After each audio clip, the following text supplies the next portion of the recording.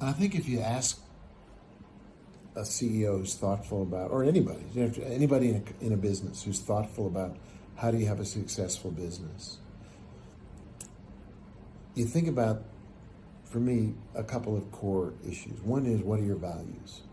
And I think increasingly what we're seeing is a shift from how do you create value to how do you live your values. And creating value is a very one-dimensional measurement. It's actually ought to be the output of your values, not where you start. If you start saying, how can we make the most money and maximize profitability, maybe you can do that, but there's a point in time where you run out of energy, you run out of creativity, you run out of growth opportunities because you are simply focused on the wrong thing. If you think about how do we maximize the return on our values, you have infinite growth opportunities. There's no limit to how you can expand your horizons because your values are driving you. And it probably makes you more profitable at the end of the day. Because people want to work for companies that live their values. They want to buy the products from companies that have the right set of values and live them, not pretend to live them, but actually live them. Companies are like people. They'll make mistakes because they're made up of people, and people make mistakes. So nothing's perfect, nothing's 100% all the time, given that. There are companies that come closer, try harder, measure their value creation around social capital, around environmental capital, triple bottom line. It's not even a new thought. We just have to re-embrace it and remind ourselves constantly that that's what business really ought to stand for. There's also, I think, a very pragmatic reason for living your values when it comes to diversity.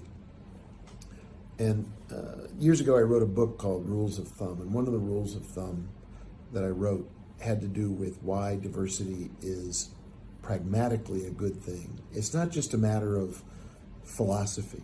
It's a real thing. And the metaphor I used was of a gene pool. So companies are a gene pool, right?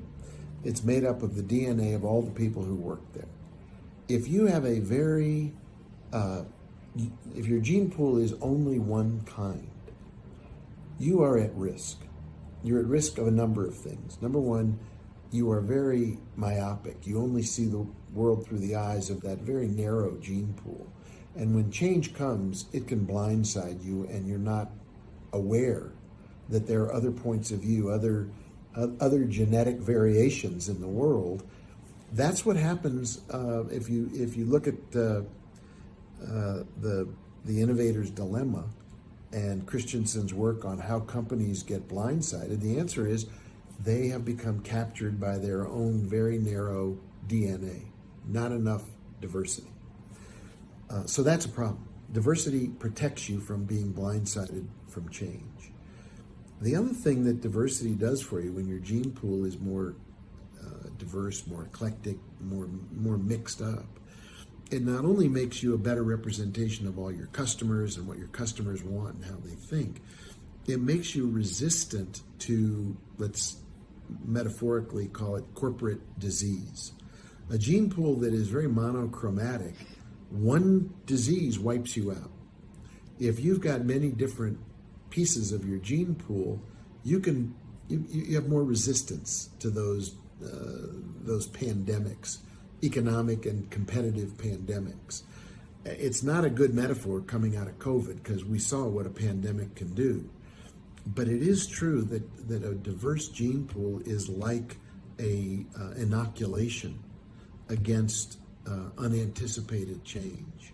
So it's on the plus side, you see the world through the same eyes as your diverse customer base, your employee base, and you also become much more resistant to anything that surprises you that could wipe you out, like a competitive attack that you didn't see coming.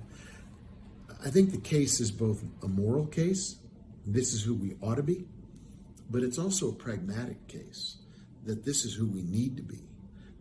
And I think that pragmatism often in corporate environments speaks louder than moral arguments. We all want to go to heaven and make money at the same time. Well, diversity lets you go to heaven and make money at the same time. And that's a good argument.